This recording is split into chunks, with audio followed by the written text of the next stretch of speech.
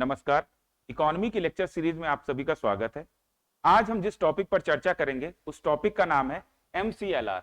MCLR का मतलब है marginal cost of funds based lending rate, जिसको आप हिंदी में बोलेंगे कोषों की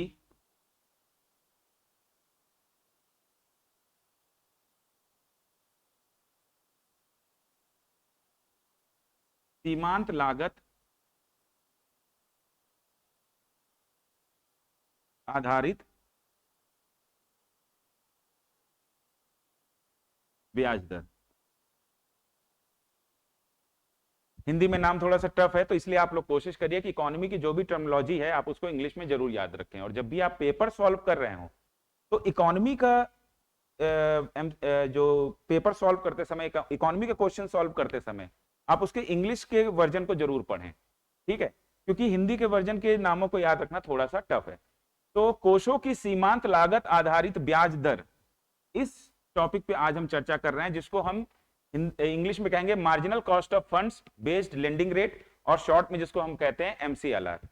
ठीक है, MCLR क्या होता है, इसको जानने के लिए सबसे पहले हम आरबीआई के कुछ फंक्शंस को देखते हैं। MCLR का जो कॉन्सेप्ट है ये 2016 में आरबीआई ने दिया था, तो इस कॉन्सेप्ट की जरूरत क्यों पड़ी इसको समझते हैं। ठीक है,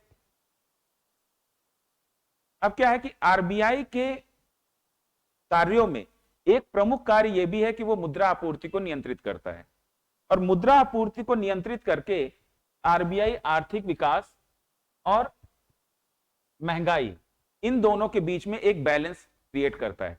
देखिए, महंगाई एक लिमिट में होना जरूरी है। अगर महंगाई एक लिमिट में नहीं होगी तो जो निजी जो उद्योग जगत है, जो इंडस्ट्रीज हैं, उनको एक इंसेंटिव नहीं मिलेगा, और अगर वो इंसेंटिव नहीं मिलेगा उनको, तो वो जो है ना फिर प्रोडक्शन नहीं करना चाहेंगे।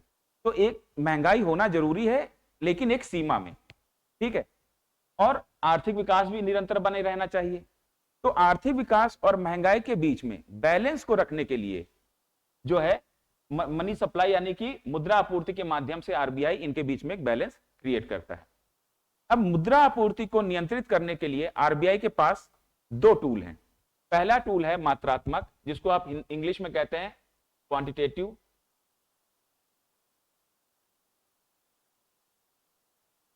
और दूसरा है गुणात्मक।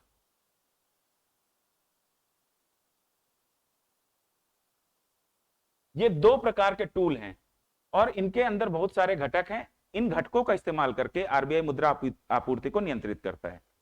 मात्रात्मक जो टूल्स हैं उनके द्वारा आरबीआई पूरी इकोनॉमी में मुद्रा आपूर्ति को नियंत्रित करता है, और जो गुणात्मक टूल्स हैं उनके द्वारा आरबीआई इकोनॉमी में किसी क्षेत्र विशेष में मुद्रा आपूर्ति को नियंत्रित करता है।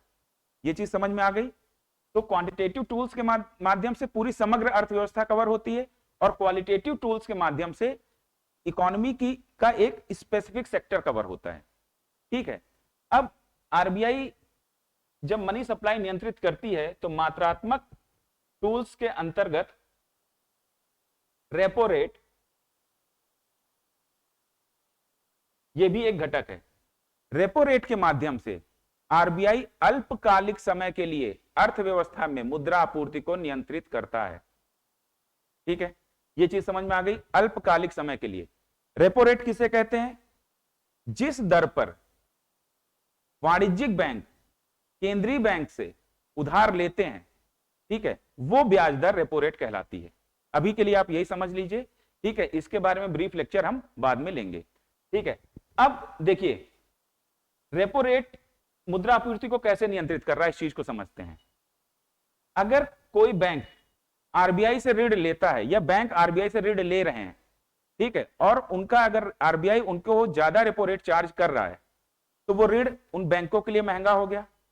अब जब ऋण बैंकों के लिए महंगा होगा तो बैंक्स जो आगे ऋण देंगे वो इंडस्ट्रीज को देंगे या आम लोगों को देंगे, तो वो भी अपना ऋण महंगा कर देंगे। ठीक है, इससे हुआ क्या कि जब रेपो रेट ज्यादा हुआ तो ऋण महंगा हो गया, और जब ऋण महंगा हुआ तो मनी सप्लाई क्या हो गई? कम हो गई। ठीक है, अब इसी का ठीक उल्टा, अगर आरबीआई रेपो रेट को कम करता है तो क्या होगा? ऋण बैंकों के लिए सस्ता हो गया। और यही ऋण आगे जो बैंक आगे जब ऋण देते हैं तो उस पर जो ब्याज दर है वो भी कम हो जानी चाहिए, लेकिन सामान्यतः बैंक इस रूल को फॉलो नहीं करते। रेपो रेट कम होने के बावजूद भी बैंक अपनी ब्याज दरों में कमी नहीं करते। ठीक है, यह समस्या लगातार बनी रही, इससे जो मौद्रिक नीति है वो पूर्णतः प्रभावी नहीं हो पाती। आरबीआई ने इस लक्ष्य से कि आर्थिक विकास को थोड़ा सा बढ़ावा दिया जाए, मुद्रा आपूर्ति को उसने बढ़ाने के विचार से रेपो रेट को कम कर दिया। अब आरबीआई ने तो रेपो रेट कम कर दिया, लेकिन अगर बैंक्स आगे जो ऋण बांट रहे हैं अगर वहां पर उन्होंने अपने ऋणों में ब्याज दरों को कम नहीं किया तो मुद्रा आपूर्ति में कोई परिवर्तन नहीं आएगा। तो ये चीज आपको समझ में आ गई। ठीक है, अब इस समस्या से निपटने के लिए आरबीआई ने क्या उपाय किया था? आरबीआई ने एमसीएलआर का कॉन्सेप्ट लाया था वर्ष 2016 में। अब एमसीएलआर को समझने से हम पहले हम ये समझ लेते हैं कि वर्ष 2016 तक क्या हो रहा था। ठीक है, हमारा जो इंटरेस्ट रेट भारत में है वो किस तरीके से गवर्न हो रहे थे या कैसे वो बैंक उनको निर्धारित कर रहे थे। ठीक है, तो इसको सबसे पहले समझ लेते हैं। देखिए, वर्ष 1994 में, ठीक है, 1991 के बाद जब आर्थिक सुधारों को हमने अपनाया, एलपीजी मॉडल को हमने जब अपना लिया तो बैंकिंग रिफॉर्म्स की भी जरूरत पड़ी और बैंकिंग रिफॉर्म्स के ऊपर ही नरसिम्हन कमेटी का गठन किया गया। नरसिम्हन कमेटी की सिफारिशों के आधार पर ही जो है ना वर्ष 1994 में बैंकों का जो ब्याज दरें हैं निर्धारित जो करने की जो प्रक्रिया है उसको जो है ना डीरेगुलेट कर दिया गया। मतलब आरबीआई ने उस पर से अपना जो है ना हस्तक्षेप कम कर दिया या बंद कर दिया। ठीक है, ये वर्ष 2003 तक चलता रहा। अब बैंकों को छूट मिल गई कि वे अपने ब्याज दरों को स्वयं निर्धारित कर सकते थे। इस क्रम में बैंक करते क्या थे कि जो क्रेडिट वर्दी या जो मतलब कि जो बड़े बड़े इंडस्ट्रियलिस्ट हैं या जो अमीर हैं उनको वो ज्यादा लोन दे देते थे और उनके लिए ब्याज दरें भी कम रखते थे। ठीक है, और जो गरीब हैं उनके लिए वो ब्याज दरें ज्यादा रखते थे और उनको लोन भी कम मिलता था। पीएसएल कॉन्सेप्ट के तहत तो जो लोन बट गया सो बट गया, वरना अदरवाइज उनको लोन लेना भी बड़ा मुश्किल हो जाता था। ठीक है, तो इस लोन में जो ऋण में एक अमीर और एक गरीब या फिर एक जो है ना वंचित, इनके जो ऋणों में जो डिफरेंस था इसको नियमित करने के लिए वर्ष 2003 में आरबीआई ने बेंचमार्क प्राइम लेंडिंग रेट एक कॉन्सेप्ट लेकर आए। आरबीआई का कहना था कि आप अपना एक लेंडिंग रेट तय करिए और उससे कम रेट पर आप किसी को भी उधार नहीं देंगे। ठीक है, तो वो बेंचमार्क प्राइम लेंडिंग रेट क्या था कि जो किसी बैंक के लिए, ये हर बैंक के लिए अलग अलग हो सकता था और ये बैंक को ही निर्धारित करना था। ठीक है, अब बैंक का बेंचमार्क क्या होगा कि जो बैंक अपने सबसे क्रेडिट वर्दी कस्टमर को, ठीक है, जो सबसे शार्प वाला कस्टमर है, क्रेडिट वाला कस्टमर है, उसको जितने ब्याज दर पर वो ऋण दे रहा है उससे कम ब्याज दर पर वो किसी को ऋण नहीं देगा। ठीक है, अब जो है ना इसके लिए जो है ना बेंचमार्क प्राइम लेंडिंग रेट यानी कि बीपीएलआर, इसके लिए कोई सेट फॉर्मूला नहीं दिया गया। ठीक है, और इसका निर्धारण कौन कर रहा था? ये अलग अलग बैंकों के लिए अलग अलग हो सकता था। और दूसरा, इसका निर्धारण कौन कर रहा था? बैंक का जो बोर्ड है वही करता था। ठीक है, तो बोर्ड, अब इसमें भी मैनिपुलेशन की पूरी संभावना थी क्योंकि अभी कोई सेट फॉर्मूला नहीं दिया है, ना ही कोई सेट रेगुलेशंस निर्धारित किए गए हैं बैंकों के लिए। तो बैंकों को सिर्फ एक निर्देश दिया गया है कि आप अपने सबसे ट्रस्टवर्दी कस्टमर को जितने इंटरेस्ट रेट पर आप ऋण दे रहे हो उससे कम पे आप किसी को नहीं दोगे। ठीक है, अब उसके बाद हुआ क्या कि इससे भी जो है ना मनी सप्लाई प्रभावित हो रही थी। मनी सप्लाई की जो मौद्रिक नीति है, तो मौद्रिक नीति के द्वारा जो है ना मनी सप्लाई को कंट्रोल नहीं किया जा सकता था इसके द्वारा भी। तो अब हुआ क्या, वर्ष 2007 में एक रिपोर्ट आरबीआई की पब्लिश हुई। तो आरबीआई ने यह पाया कि जो 77% बैंक हैं लगभग, वो सारे बैंक्स जो ऋण बांट रहे हैं वो सब बीपीएलआर पर बांट रहे हैं, यानी कि वो अपने बेंचमार्क प्राइम लेंडिंग रेट जो है उससे भी नीचे जाकर ऋण दे रहे थे। ठीक है, अब उनके पास एक बहाना था कि जो है ना बोर्ड ने अब समय का फायदा उठाते हुए या इस समय के लिए उन्होंने अपना बीपीएलआर ये निर्धारित कर लिया और उसके अगले कुछ महीनों के लिए बीपीएलआर ये निर्धारित कर लिया। तो एक सब बीपीएलआर की सिचुएशन क्रिएट हो गई थी। ठीक है, अब इस चीज से निपटने के लिए वर्ष 2010 में आरबीआई बेस रेट का कॉन्सेप्ट लेकर आया। अब बेस रेट के तहत आरबीआई ने क्या कहा बैंकों से कि उन्हें तो पहले एक सांकेतिक सूत्र दिया गया, इंडिकेटिव फॉर्मूला, और उनसे यह कहा गया कि भाई आप अपना इस फॉर्मूले के आधार पर आप अपना बेस रेट तय करो, और आप अपना बेस रेट और आपका जो इंटरेस्ट रेट होगा वो इंटरेस्ट रेट इस बेस रेट में स्प्रेड को जोड़कर आप अपना इंटरेस्ट रेट तय कर लो। स्प्रेड क्या होता है कि बैंकों का जो कुल खर्च होता है उस खर्च के बाद बैंक कितना लाभ लेना चाहते हैं उसको हम स्प्रेड कहते हैं। ठीक है, तो इसके अंतर्गत क्या हुआ कि indicative formula to calculate minimum rate of interest charge to the most trust credit worthy customer. तो इसमें भी यही था कि आपका जो मोस्ट क्रेडिट वर्दी कस्टमर है उसको आप किस ब्याज दर पर ऋण दोगे, उस ब्याज दर का निर्धारण आप बेस रेट के आधार पर करोगे। ठीक है, अब और क्या था, तो इसमें जो है क्या क्या जो है ना जो फॉर्मूला दिया गया था, तो इसमें क्या क्या फैक्टर्स को शामिल किया गया था।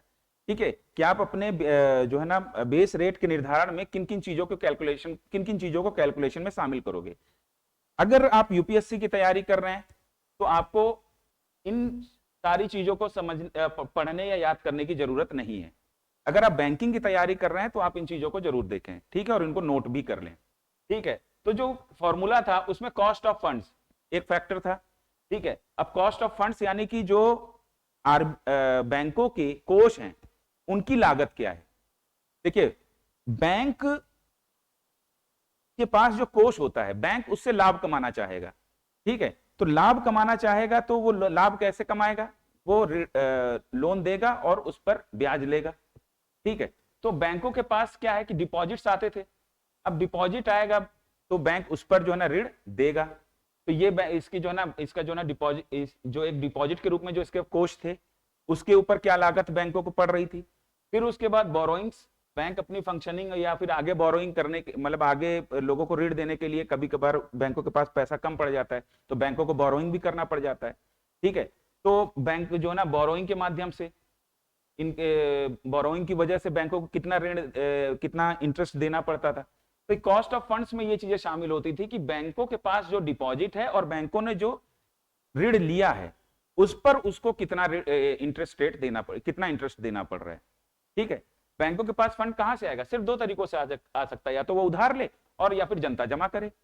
ठीक है, तो इस फंड की लागत को इसमें जो है ना बेस रेट में कैलकुलेट करना था। दूसरा था ऑपरेटिंग कॉस्ट, कि बैंक का जो अपनी फंक्शन करने के लिए क्या कॉस्ट उसको लग रही है। ठीक है, तो वो पूरी ऑपरेटिंग कॉस्ट को भी इसमें इंक्लूड करना था। फिर एलोकेटेड ओवरहेड कॉस्ट, इसका मतलब है कि अनएलोकेटेड, कि मतलब कुछ ऐसे भी खर्चे हैं कि जिनको जो है मतलब प्लान भी नहीं किया गया था। ठीक है, और फिर भी वो आ जाते हैं। तो ऐसे खर्चों की वजह से भी जो बैंकों के ऊपर जो कॉस्ट पड़ रही है, बैंकों को जो लागत पड़ रही है, उसको इसमें बेस रेट को कैलकुलेट करने में इसको भी शामिल करना था। ठीक है, और उसके बाद एक चौथी मेन चीज थी, ये देखिए ये जो चार चीजें यही चार मेन है, बाकी और भी हैं लेकिन मेन यही चार हैं। ठीक है, तो बेस रेट को कैलकुलेट करने में ये चार फैक्टर मेन थे। ठीक है, जो फॉर्मूला दिया गया था। अब एक minimum rate of return cost, CRR and up to some extent SLR. ठीक है, अब बैंकों को सीआरआर मेंटेन करना पड़ता है, और कहां मेंटेन करते हैं, आरबीआई के पास।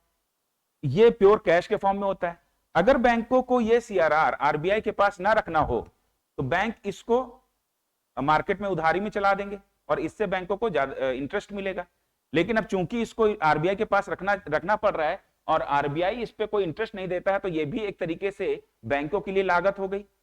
ठीक है, अब उसके बाद एसएलआर के रूप में बैंकों को कुछ एसेट अपने पास रखना होता है। ठीक है, उसमें गवर्नमेंट सिक्योरिटीज भी होती हैं, गोल्ड भी होता है, कैश भी हो सकता है। तो ये भी बैंक जो है ना एसएलआर और सीआरआर, किसी को बैंक जो है ना ये जो दो फंड हैं इनको बैंक किसी को लोन पे नहीं दे सकते। ठीक है, अब एसएलआर बैंक को अपने पास रखना है। अब एसएलआर गवर्नमेंट सिक्योरिटीज हैं, उससे बैंकों को इंटरेस्ट मिलता है, लेकिन हो सकता है कि ऐसी सिचुएशन भी हो कि बैंक अगर वही पैसा मार्केट में चला देते, मार्केट में लोन के रूप में बांट देते, तो बैंकों को शायद उससे ज्यादा प्रॉफिट हो जाता। तो जो वो कमी है, जो वो कमी आ जाती है प्रॉफिट में, तो वो जो लागत क्रिएट करती वो लागत भी बेस रेट के कैलकुलेशन में शामिल की गई थी। ठीक है, अब देखिए बोरोइंग्स में रेपो रेट भी शामिल था, क्योंकि रेपो रेट के माध्यम से भी बैंक बोरोइंग करते थे। ठीक है, अब यहां पर आरबीआई ने जो अपना फॉर्मूला दिया था, उस फॉर्मूले के आधार पर बैंकों को ये बोला गया कि भाई आप अपना बेस रेट तय करो और इससे कम रेट पर आप किसी को भी लोन नहीं दोगे। आपका जो इससे आपका चाहे जो सबसे ट्रस्ट वर्दी या क्रेडिट वर्दी कस्टमर है, वो भी, उसको भी जो मिनिमम आपका जो लोन होगा वो बेस रेट पर ही होगा। ठीक है, अब यहां पर कमी कहां रह गई?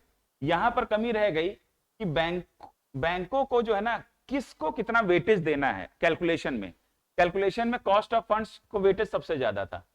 ठीक है, उसके बाद जो है ना, इसको भी वेटेज था, इसको भी वेटेज था, लेकिन बात यह थी कि वेटेज किसको कितना देंगे बैंक, उसका निर्धारण बैंकों को ही करना था। अब अगर आरबीआई रेपो रेट में कोई भी परिवर्तन कर रहा है, तो बैंक उस सिचुएशन में क्या करते थे कि अपने जो है ना वेटेज को चेंज कर लेते थे, और वेटेज को चेंज करके जो आरबीआई द्वारा प्लस माइनस किया गया है रेपो रेट में, उस प्लस माइनस को बैलेंस कर लेते थे। ठीक है, तो इससे भी क्या है कि जो मौद्रिक नीति है वो मौद्रिक नीति नीचे प्रभावी नहीं हो पा रही। आरबीआई ने अगर रेपो रेट कम कर दिया तो भी जो है ना बैंक अपना आगे जो ऋण है उसको, जो ऋण दे रहा है बैंक, उस पर ब्याज दरों को कम करने के लिए तैयार नहीं है। ठीक है, अब इस समस्या से निपटने के लिए फिर फाइनली आरबीआई लेकर आई MCLR, marginal cost of funds based lending rate. ठीक है, ये वर्ष 2016 में ये कॉन्सेप्ट आया था। ठीक है, और इसके अंतर्गत आरबीआई ने किया क्या कि जो कॉस्ट ऑफ फंड्स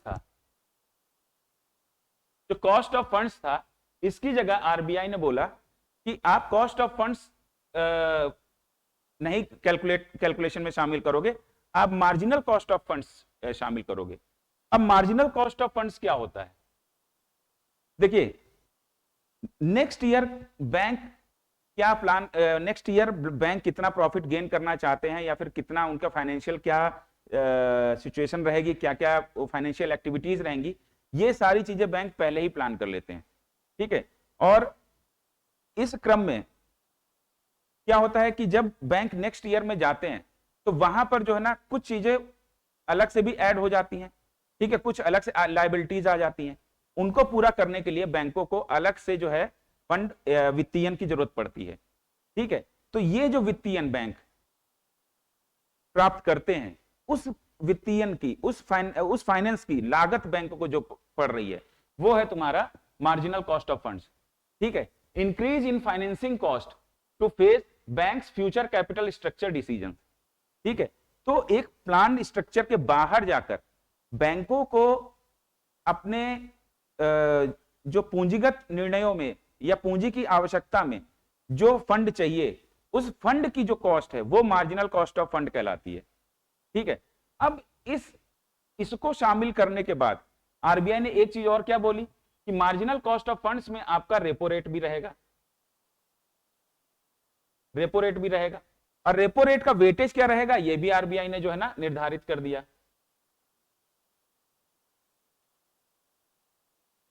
वेटेज भी आरबीआई ने डिसाइड कर दिया।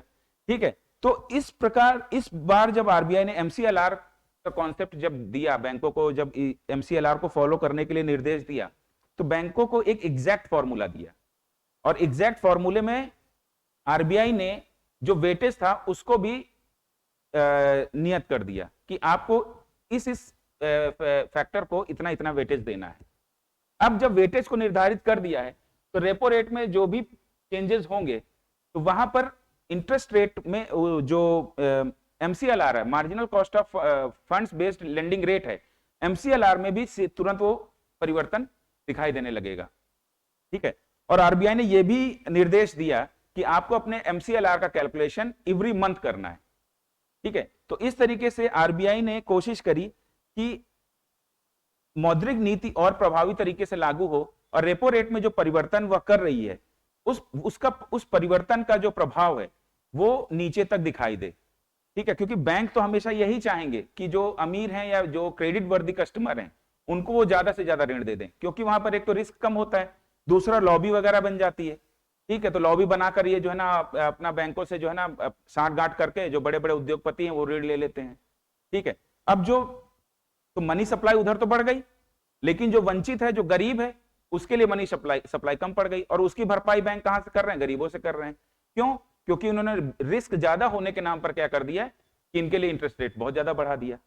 ठीक है, तो इस तरीके से जो है ना आरबीआई ने फिर 2016 में एमसीएलआर का कॉन्सेप्ट लेकर आई कि भाई अब आप जो है ना इस एग्जैक्ट फॉर्मूले के तहत आप अपना एमसीएलआर तय करोगे, और आपका जो इंटरेस्ट रेट होगा वो एमसीएलआर प्लस स्प्रेड होगा, और एमसीएलआर से नीचे आप किसी भी कस्टमर को आप ऋण नहीं दे सकते हैं। ठीक है, तो मुझे उम्मीद है कि आज ये टॉपिक आपको समझ में आ गया होगा। अगर आपको कुछ भी, वैसे थोड़ा सा ये टेक्निकल आज था टॉपिक एमसीएलआर का, कुछ अगर डाउट आता है तो आप इसको दोबारा से देखिए, दोबारा से सुनिए, और फिर भी कुछ अगर आपको डाउट है, अगर नहीं क्लियर हो रहा है, तो आप नीचे कमेंट में लिख दीजिए, वहां पर आपको रिप्लाई जरूर दिया जाएगा। ठीक है, तो मैं इस उम्मीद के साथ अब इस लेक्चर को यहाँ पर खत्म करता हूँ कि आपको एमसीएलआर का कॉन्सेप्ट पूरे अच्छे तरीके से समझ में आ गया होगा, और अच्छे से पढ़ते रहिए। Thank you.